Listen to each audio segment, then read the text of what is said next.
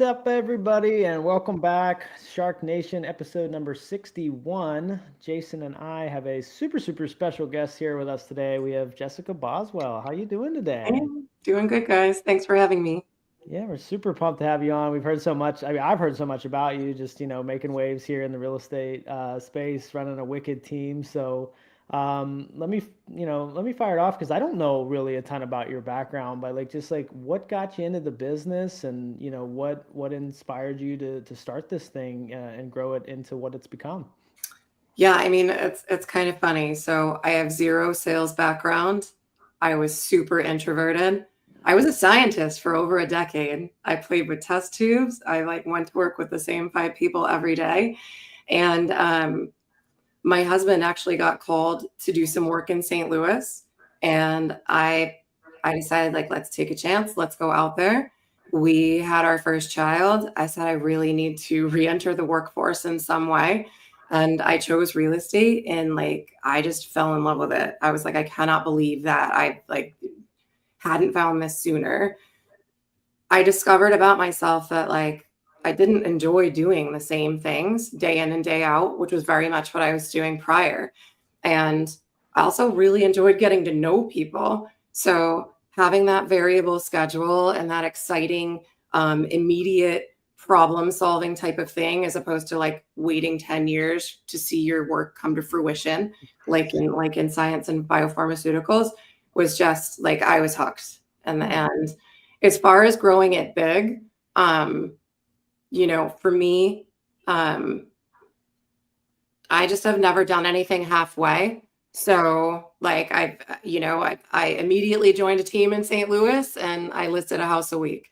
We moved back home to Connecticut, joined another team, listed a house a week. And then after I had my daughter, I went solo, and I was doing 100 deals a year. And then I said, all right, I really want to try a team to see if I can do it.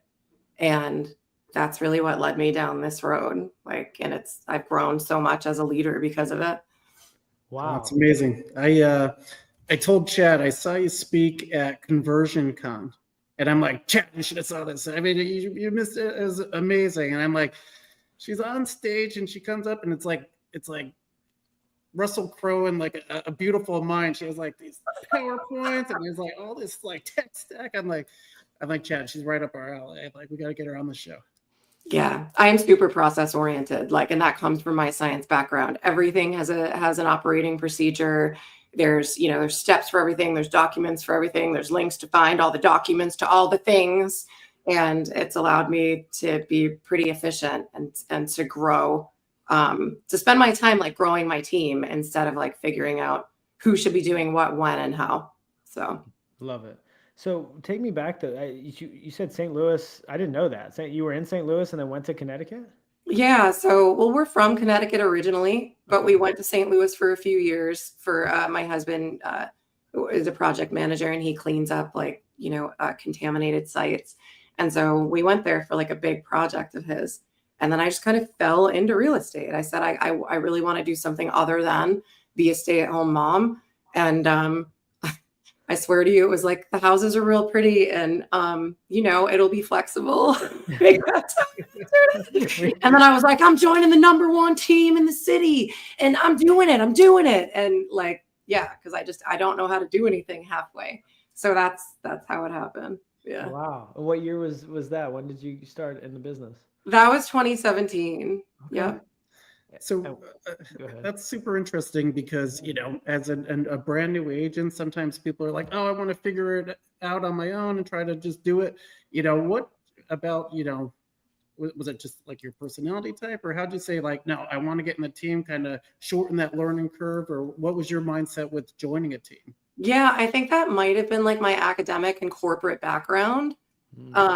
It's funny, my parents were ultra entrepreneurial, but I had that academic and corporate background. So for me, I was I don't know what the hell I'm doing. Let me join somebody that knows what they're doing and can teach me, and that will fast forward, and yeah, I mean, thank God my very first team leader took me under her wing. She really mentored me, and it was priceless. What I learned with her was priceless. That's awesome. That's awesome. So how long were you in St. Louis till you made the move back? Just a few months. My husband's parents had rapidly like declining mental health, and we decided to buy a house in their neighborhood so we could walk there and help whenever they needed and just be super close by. And the listing just so happened to be with my second team leader, the one that I joined in Connecticut. I figured, she lived in that neighborhood, join forces and work with sellers with her. And that's where I really like started working online leads, which I adore. Like I love anything online lead. And I'm really big on those with my team. Love it. Love it. Okay. Okay. So come back to Connecticut, you find a house and join the team. Um, which is interesting because, we've had a few past clients that have become agents too, and you don't realize that can be part of it. So you just never know who you're meeting today, where they'll show up in your life in 5 or 10 years, So I think it's super important for everybody to think about on either side watching this. But um, when how long did it take to get things running coming back to a different market from being in St. Louis? You got business kind of up and running there and coming back to Connecticut. How long did it take? Yeah, no, it wasn't bad. I Really? took the state exam and like got right into it. Again, like just being on a team fast forwards you. I didn't, and I was still relatively new, so I didn't necessarily feel comfortable like approaching my family and friends like, "Hey, I don't really know what I'm doing yet, but can I like sell your house?" So it was like being able to learn the market with internet leads was perfect. And then I was able to share my experience on social media. People saw social proof and then started approaching me. But at the end of the day, like I'm always more comfortable with internet leads for sale by owners, expired, all of that, which I think are like critical to growing a larger team. You need to have a good lead supply. No, I love that because I was the same way. I mean, I was a heavy internet lead, when I started, and what like you said, you show the social proof, you show that you have proof of concept that you can do it, and then all of a sudden your sphere of influence has more reason to reach out or work with you. And I think it's nicer to view the sphere as more of a cherry on top rather than the foundation of the business. Like I say that a lot to a lot of our team members. Like it's not Yeah. like we don't, but in that way you don't have this expectation from everybody you already know. You can just continue the same relationship with them, and then if they see enough proof in what you're doing, they use you. So I'm super passionate in the same space there. So okay, so internet leads, though, they work for you. What was the one thing for you with internet leads making it happen? Like what was the one thing that um, attributed to your success with them? Success with internet leads. Yeah, like in the Right beginning. at the beginning, it was like being available. Yeah. Like I would answer my phone at like, I'm not kidding you, 11 at night. Yep. I remember there was a call that came through Zillow, picked it up at about, I think it was 10 at night. I picked up, and that gentleman, I helped buy a home. His partner became my very first admin, and he referred me to two other people. And he's good friends with an agent that's now on my team who was an Op City lead. So he's now on my team. Before he became an agent, I helped him buy.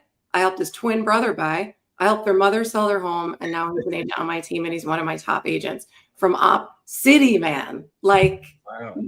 yeah. So I was always available. Probably not great with work-life balance, but it like I needed it to form that super solid foundation and the capital to start the team. Yeah. Let's dig into that since you mentioned it. Work-life balance, if there's such a thing, right?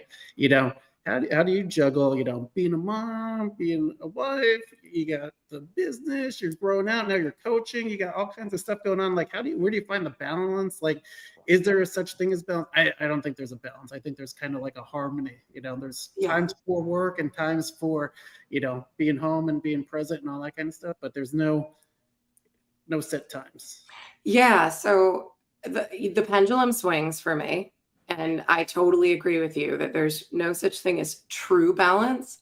Right. And also like over the past few years, as my schedule has become more and more and more jam-packed, I've learned how to manage my time more effectively as well. Not getting sucked down the rabbit hole of like social media and emails and things like that. So work-life balance. I always think of like Barbara Corcoran when she said there's no such thing as work-life balance. When I am working, nobody better bother me, right? And when I'm with my family, nobody from work better bother me. And I've moved more and more in that direction. And you really need to have like a very supportive partner, spouse, somebody that understands that. So like, a lot of people are like, how do you do it? How are you, a mom? And like, my husband does so much and he's so supportive and he just sees how happy I am doing this. And, so a lot of those years that I spent during COVID, very little time was spent with my family. Now, thank God that I'm building the team and I have the sales leverage and the administrative leverage. I'm like finally getting back to that, getting back to being with my 6 and 9-year-old. I'm getting back to focusing on my health, which went to wherever, while I was working 80 plus hours a week. I'm getting back to it. And like we tell our agents, like there's, nothing good happens after 8 o'clock, but I don't know. I just talked about a lead that I like picked up at 10. So I don't know. Maybe I can't even say that, but reason, seasons, lifetime, it's a season. So just like I had my solo season, I also have my team building season, right? And every now and again, I'm like, all right, hon, like I just need to be able to focus on work for this amount of time. And then, I'll be with you guys for next week, or I'll be with you guys for this weekend. So yeah, it's collaborative. It's having that support system that really understands like what it takes to run a successful business, like a business that really takes so much emotional energy out of us. Yeah. Amen to that. So now so you go through that, you start to build this, and solo works well, on a team, your team leader. So you've experienced different levels of it and systems and processes oriented. What stays the same from your previous, like the scientist part? Like what do you pull from that you still utilize, and what is like, well, I never get to use that anymore and I have to use this instead? Like what they compare and contrast I guess the Sure. What have I like pulled forward? Yeah, it's super easy for me to be like, wow, I wasted a lot of time like doing something that wasn't right for me. But then when I really think about it, like so much of that formed the way that I look at this business. So data analysis, super key. Like I could live in FUB and geek out in there, like, how many people, like how many contact attempts for each lead, and which agent's doing what at what time, and auto plans and action plans and all of that. So, and then also being able to think of things in a granular way at the same time as thinking things really big, right? So we have this goal that we want to achieve. How does it look like from a 10,000 foot view? And how does it look like from like an ant's perspective, and working step by step by step by step, like backwards, until each process is defined and tweaked and perfected. Yeah, I don't know, like, that like funny test that Keller Williams used to give agents, and they gave you this like spatial awareness thing to like, I don't know if you guys ever did that KW thing, but I always freaking kicked ass on that part. Like I got really high scores with the spatial awareness. I just like, my mind thinks like that. I love visualizing workflows, and I can pinpoint where stuff is lacking, where we're running into problems, and then like how to make things more and more and more efficient, and like the real estate robot. And then so that I carried forward. And then what didn't work for me any longer was I think like just not having to communicate with people like all day every day. I mean, I really had to learn. And I'm a good chameleon. Like I that's something that I like as a child, I was kind of forced to play that role. And that's oftentimes what makes people really excellent in sales. So I'm super psyched that I get to use that now, but it's in a very genuine way. It's like not contrived. Like I have very deep empathy for people and an ability to like just understand where people are coming from and help people to feel like comfortable around me. Like I'm pretty vulnerable. I talk about my like weaknesses. So those are things that you don't necessarily do like in a corporate environment. You're not, it's kind of frowned upon. You go to work, you do your work, you don't really, You're not real. right? So yeah, that would be some comparisons and contrasts. That's a passion chord for me because, like, so like my team will probably know that I often go off and like I hate corporate sounding responses, whether it's on a call or in a text or because I think people hide behind the corporate mask and they're not themselves and authenticity and all the stuff, so that yeah, you're hitting a passion chord for me for sure because well, I always say, everybody says isn't personal is a bunch of, I say it's BS because we're all human beings, like everything is personal. So I love to hear all that. Now I also love, like, so I like your mind seeing it visually and here. But running this team, you must have done a pretty good job communicating the vision to them, right? Like, so um, what was there ever, or was there a challenge, communicating the inner, vision map out to, who, your team and the people you're working with? Dude, I did a shit job. What are you talking about? I did a shit job. I have learned so much in the past 2 years. So I just, I jumped in, right? I jumped in with both feet and said, like, we'll figure it out as we go. And that's so much of this. And so it took like several months to even really understand like truly why I was doing this and develop, the vision and the mission statement. And now I am effectively communicating that in my recruiting interviews. And I think that that's where I like got tripped up at the beginning. Like, yeah, I recruited quite a few people. Not all of them were like a great culture fit, and that's okay. Like we learn as we go. So yeah, those more like esoteric principles, they're crazy important, but yeah, like I kind of learned the hard way with that one. And now I reinforce it, like, in my training and in meetings and then even before I like, we'll even bring people on. Yeah. I was going to say, I think it's good to hear, right? Especially for newer team leaders that like, in the beginning, it's a lot of a shit show and kind of you're trying to build the airplane as you're flying across the country. That's kind of the message, I'm delivering to the team. It's like, but you got to start somewhere.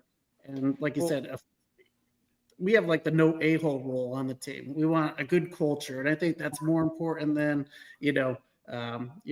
maybe top performing agents that just aren't a good fit. I don't even want them. I want people that are going to kind of buy in and, build that family together. Yeah. I missed that for years. Yeah. I think I'm just starting to understand that now, but that said, the one thing I love, I mean, we all talk about take the lesson as, or take the failure as a lesson, or take the mistake as a lesson. I mean, you're just an embodiment of that and everything you're saying here. So like, that's freaking awesome to see, is that, that ready, fire, aim mentality. Like, love that. Yeah. What is the thing? Like you learn 80% faster by failing and objectively analyzing it and how not to do it again than by like learning via theory. 80% faster. Like it may be more painful, but that's okay. We rip it off like a Band-Aid. And that's something that took me quite some time as well. Like I was a serial perfectionist. And a lot, that was a lot of my identity and a lot, the people pleasing serial perfectionist. And like I had to let that go once I started this business. I'm so glad, that the business served as like a catalyst for that level of growth. Like yeah. It's huge. Yeah. How do you process this? Like, having that scientific mindset, right? There's, you like to be detail oriented, system processes, right?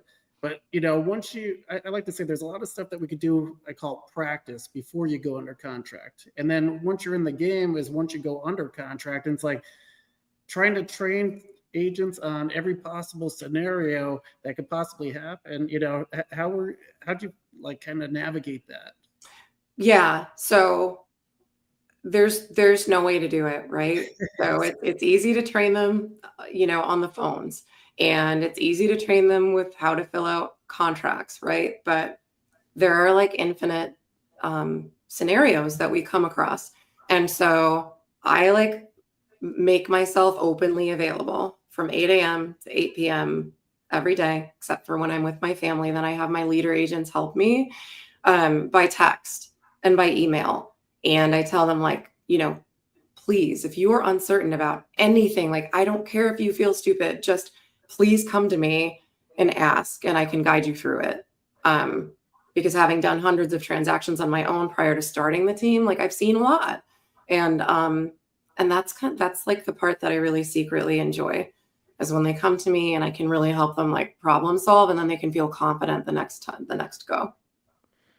Yeah, that's a big one. And well, I think a mistake I made. So, I had kind of built the team up and had a little bit of a valley and, kind of pick it back up. And I think one of the biggest things I screwed up was not having as much of that one-to-one, automating myself out of relationships, as good old Cheplak would say, right?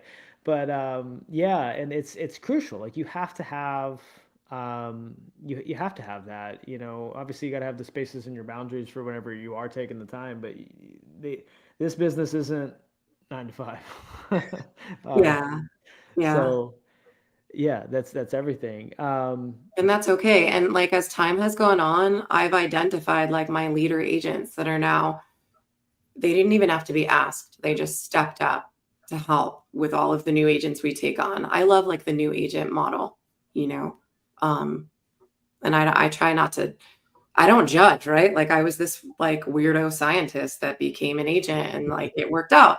So like, I'm pretty open-minded. But they need help. Like, they need a lot of help being drawn out of their shells and taught, these things that can sometimes come a little more naturally to us. So having the leader agents help me leverage out those phone calls and those texts is huge. Yeah. And then they're rewarded for it in turn.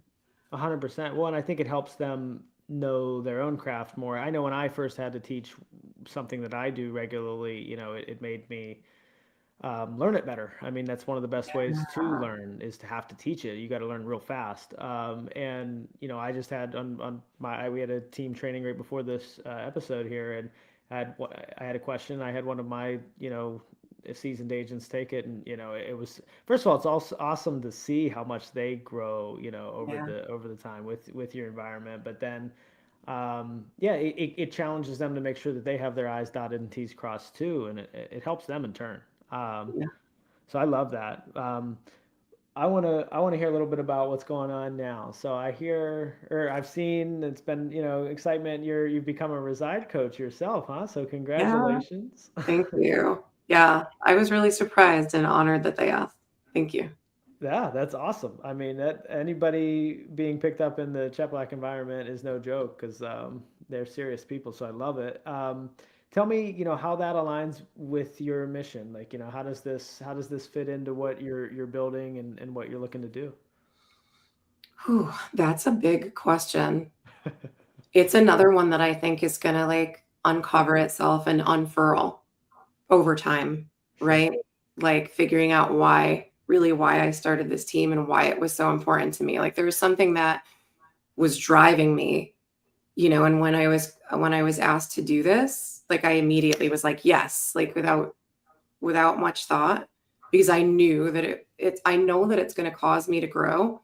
Um, and anything that can help me develop as a human being, as a leader, is really, really important. Like, it's holistic. And I'm going to learn from all of the people that I'm coaching and be able to bring all of that back to my team. I think it's going to be like an invaluable exchange of information there.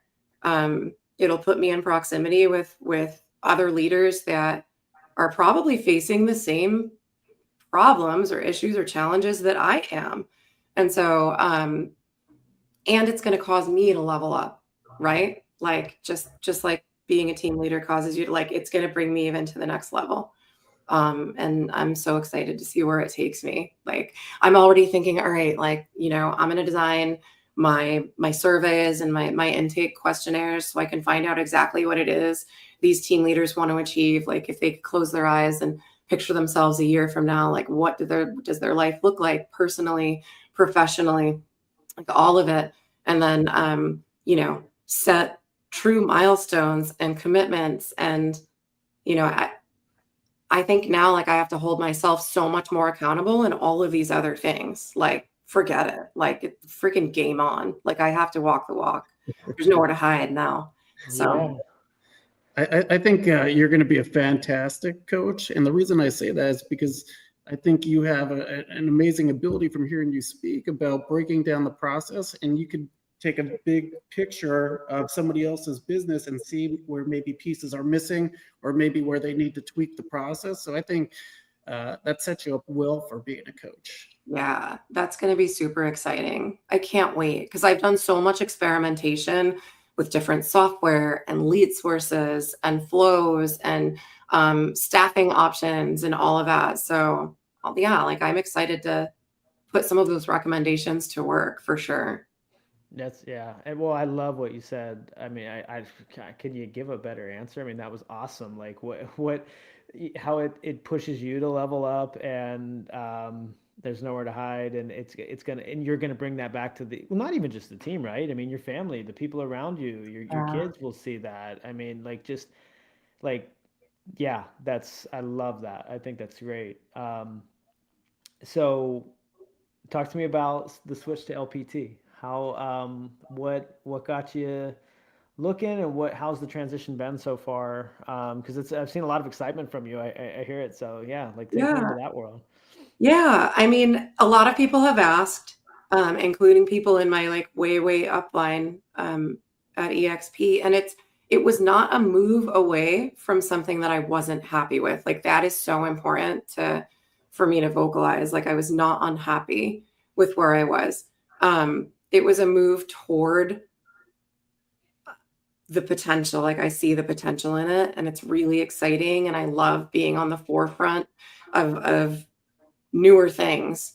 And I love Robert Palmer's vision. I love the real estate first vision. I love the agent choice.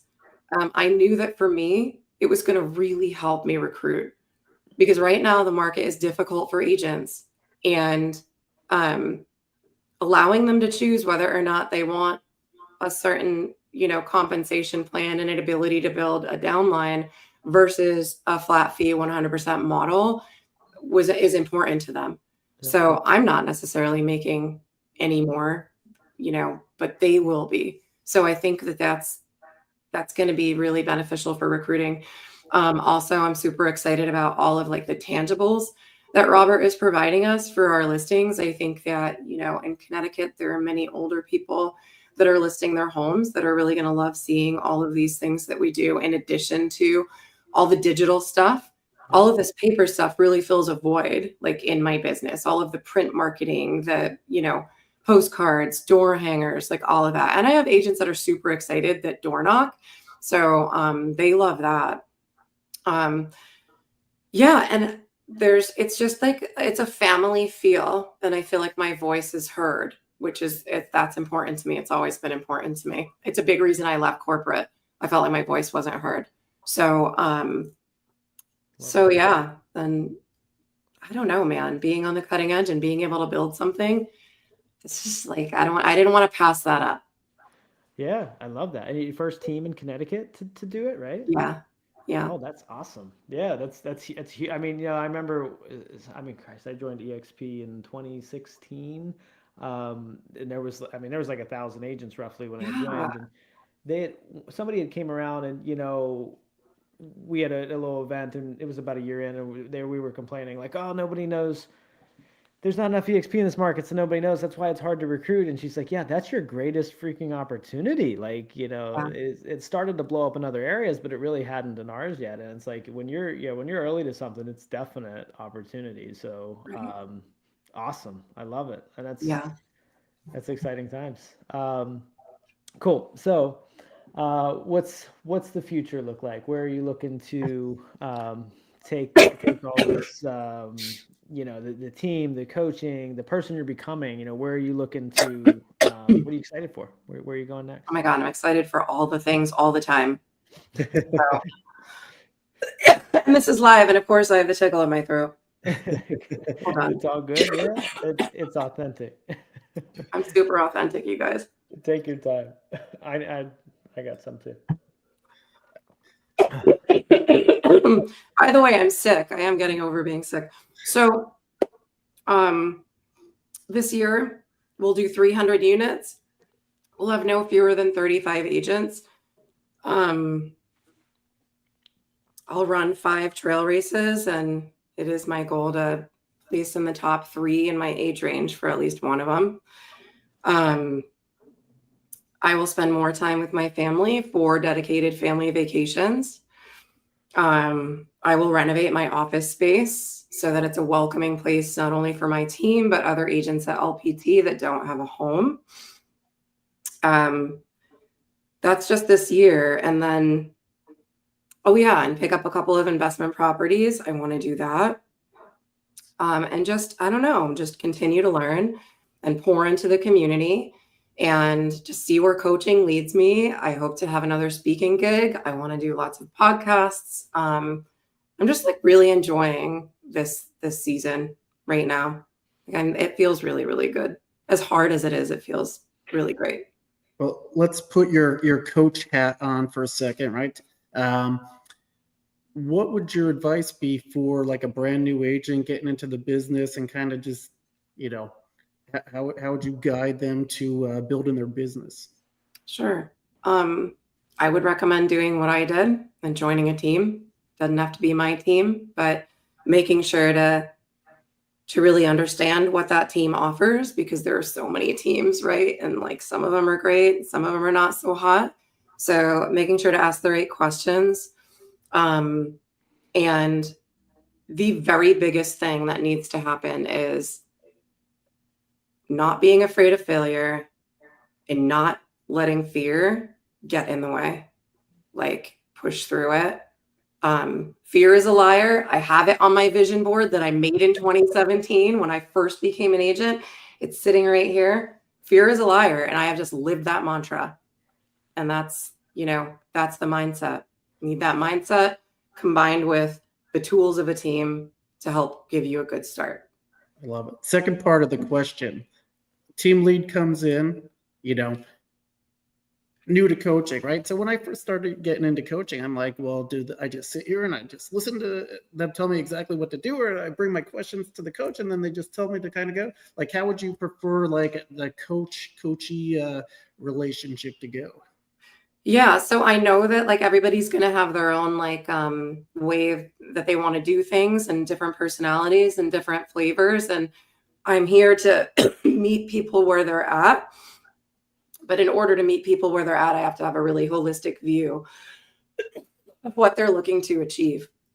I'm so sorry. What a terrible. No, you're fine. Take your time if you need a second to get it. The funny part is before we were backstage before we started, and we're like, not feeling it. We're like, oh yeah. By the way, just so you know, this is a lot. Like, well, you guys can edit it out if I say. Can't you just edit this hacking out? We will edit that out. We have the ability. We can go back.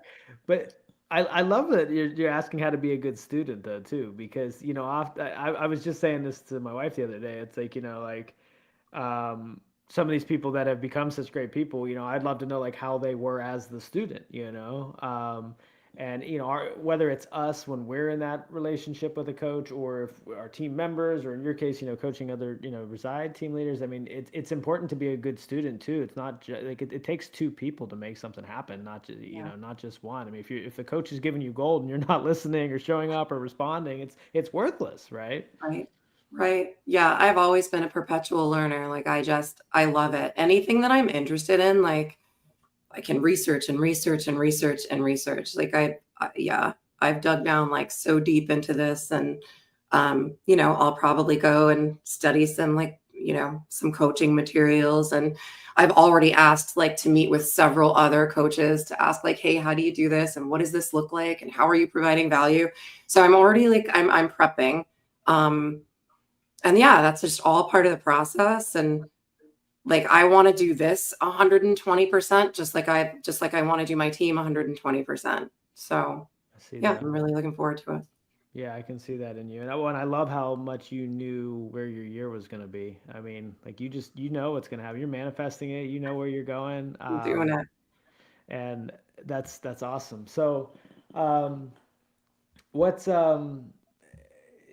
what is your we always love the one thing, like the one thing, right? You know, the one daily activity you're going to do. So what's your big focus if you look at all this stuff that your non-negotiable daily that you're committed to in 2025 that been keeping you up at night? Yeah, it's that thing that like I'm most afraid of doing, right? That's the thing you have to do. And that is totally like calling recruits and not waiting for like my emails to bring them in or my texts to bring them in or my appointment setting company to bring them in. It's reaching out in a very like intentional way. And I think so much of this year, whether it's with recruits or sellers or buyers or whatever, we have to be targeted and intentional now and stop throwing the darts all over the place and seeing what lands. And yeah, so that's going to take time to sit and dig through and look through people's history and I don't know, just like learn about them. And like that to me, being able to like for a seller, easy. For a recruit, learning, to me, it's just, there's so much more riding on it, making the right choice, making the right decision in the right way, in a way where like, they feel respected. I feel respected. It doesn't feel forced. That's a very like, it's much more nuanced, I feel, than a client. So. Yeah, and it's super hard not to want to present a solution, um, too early. Yeah. I mean, that was my challenge for sure, spewing the feature wheel. And the seek first to understand, then be understood, principle really there. I mean, they come into curiosity. I love that. What's funny though, what you said about the thing is the one that makes you the most uncomfortable because Jason, I don't know if I even mentioned this to you, but I before I had joined Reside and before we had just gone to a Maverick or two, Cheplak, you were always hearing spend 60% of your time in your core competency. And I I don't know where it came from, but some random thing of courage, and I was like, "Hey, you said account." I texted him or messaged him. I don't know. I was like, "Hey, you say accountability is mutual, not singular." Well, I don't think you do a good job explaining how to identify your core competency because I don't know what the hell mine is. I don't even know why I was like coming at it like that or where that was, but it cracks me up. I think about it because he texted me back and he said, it's the thing you're most afraid of or most uncomfortable doing. And as soon as he said that, I'm like, shit. Yeah. Yeah. And he said that before, and I just missed it or didn't want to hear it. But it's exactly what he said. It's that one thing that's just the most uncomfortable that you're scared of. It's the biggest needle mover, and typically it's the phone. Yeah. 100%. So I love to see that come out here because yeah, same game. I love knowing that I said the same thing that he did. I respect him so much. And yeah, it's that thing that we're afraid of. Not just, because it's uncomfortable talking on the phone, but also like linked back to stuff from our past that we judge ourselves for today, right? Like, I'm not good enough, or, what do I have? What do I really have to offer this person? Or, how dare I go thinking that like somebody of this caliber might want to be on this team or new or this or that.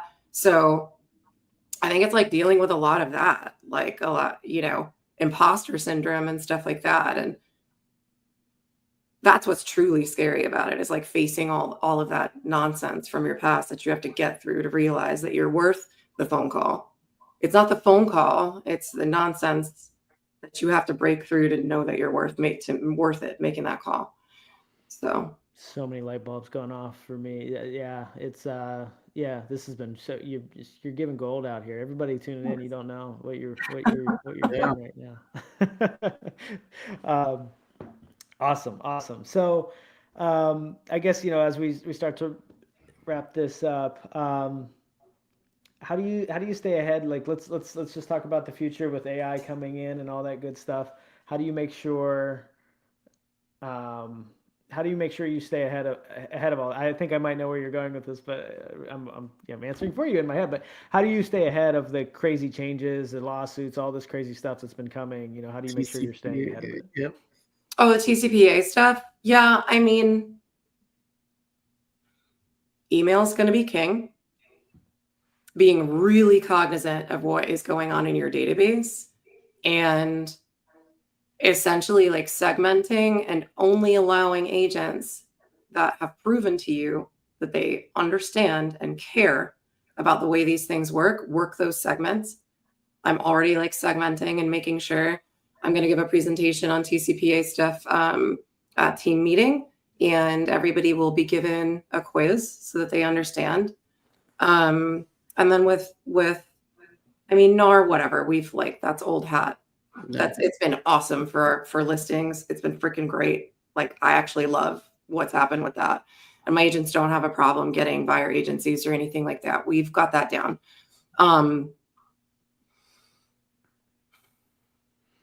Another thing for TCPA, like since I have so many different lead sources, I'll be visiting each lead source's website and acting like a client to make sure that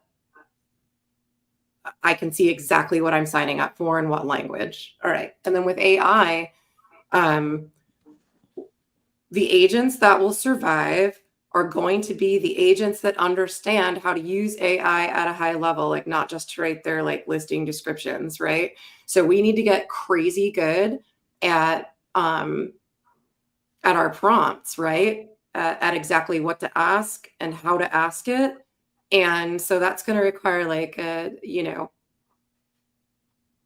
level overviews of how marketing systems work, so that we can prompt to a point where the information we need can be generated in a way that makes sense and doesn't sound corny. And then we have to find people to leverage that out to, because at the end of the day, like I don't create this software. Like I'm not, so like I will find the person that's super good at this stuff and I will hire them, because I need to lead, man. I'm not a robot. So like, I'll let them do it, but keep the lines of communication super open, letting them know exactly what we need them to do with this software, what's the outcome, and constantly looking at return on investment and all of that. So it's just being involved, it's being up in the times, it's marketing effectively and with intention now.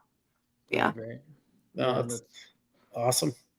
That's exactly it. Yeah, and I think, well, like you said, prompting it is a big deal on how you do that.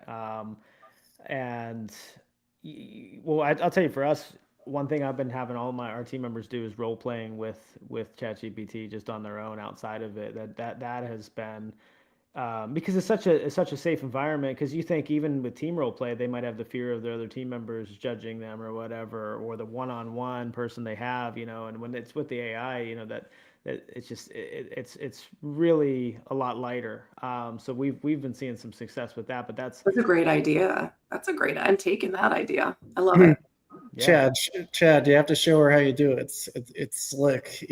We were on a call, just me and him, and he was showing me it, and I think it'd be helpful for everybody that yeah, you should share it for sure. Well, and yeah, and the biggest thing too is, so we were talking with a good couple of friends on Friday, and my wife and we started talking about ChatGPT, and I started telling them, or I started asking it questions, and I ask it the same way I would ask Jason, like, hey man, spit this out in this way, but don't make it sound weird, make it sound cool. Like I was talking like that to it, and they were like, wait, you talk to ChatGPT like that? I'm like, yeah, like talk to it like a human being, like so you kind of get the result you want, or at least that's how I do it, and it really worked for me, especially over time. It's picked it up. But the whole point in me going there was oh, where was I going with that? We were talking about the role playing.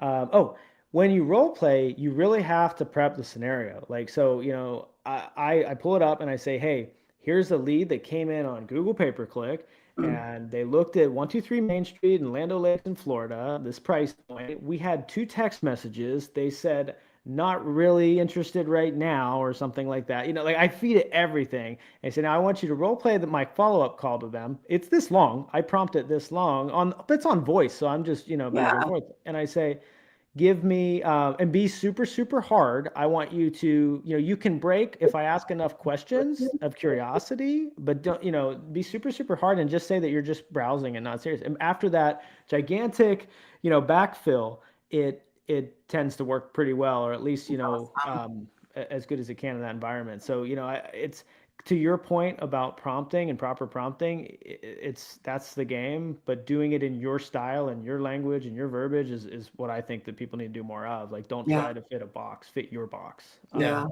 He's like, Yeah. be harder on me.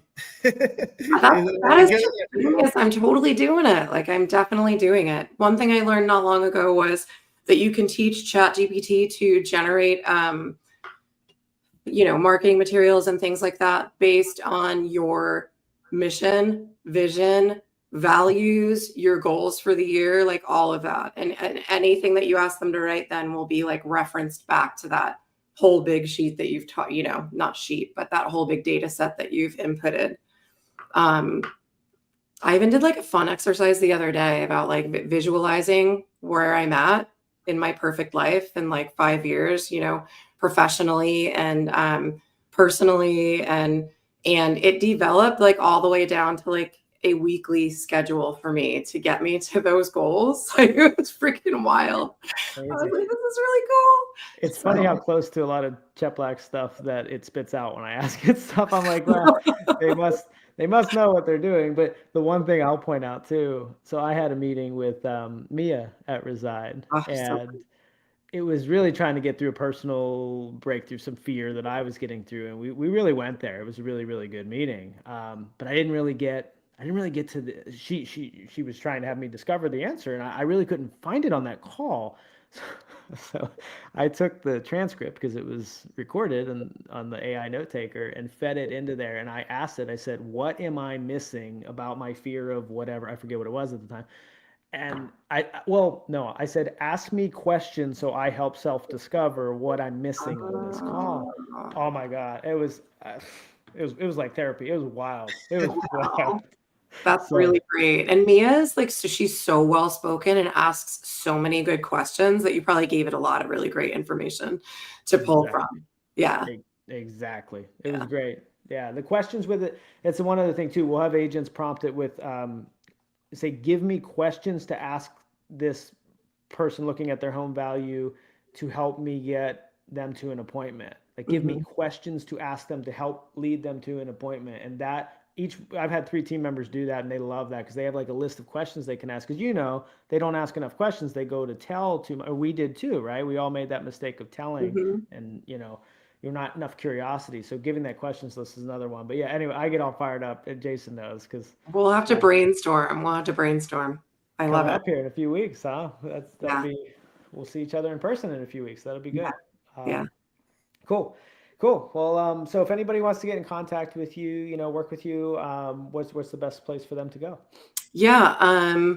Let's see. So you can email me, jessica@jboswellteam.com. You can find me on Instagram, jboswellteam. And I'm really easy to find on Facebook. That's honestly probably the best place to get me. Just search me up, Boswell. Love it. Well, thank you so much for your time today. I think this was gold. I think you really, really shared some great stuff here with everyone. So thanks for jumping on. And you guys are awesome. Thank you so much for inviting me. Appreciate you. Thank you so much. Yeah. Absolutely. We'll see you here soon. Okay. Bye.